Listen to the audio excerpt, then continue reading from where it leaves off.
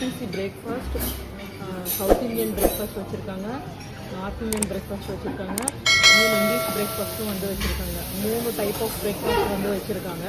எது வேணாலும் வந்து எடுத்துக்கலாம்.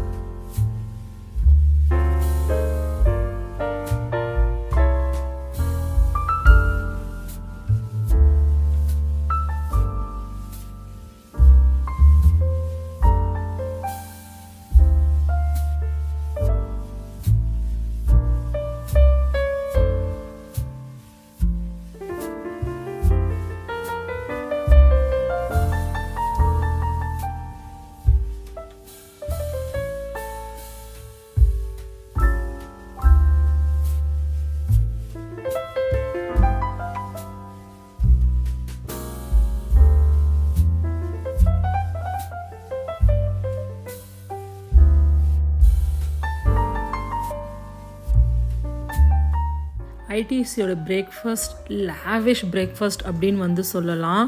பிரேக்ஃபாஸ்ட் மஃபின்ஸ், டோனட்ஸ் அப்படின்னு வந்து நிறைய வச்சுருந்தாங்க.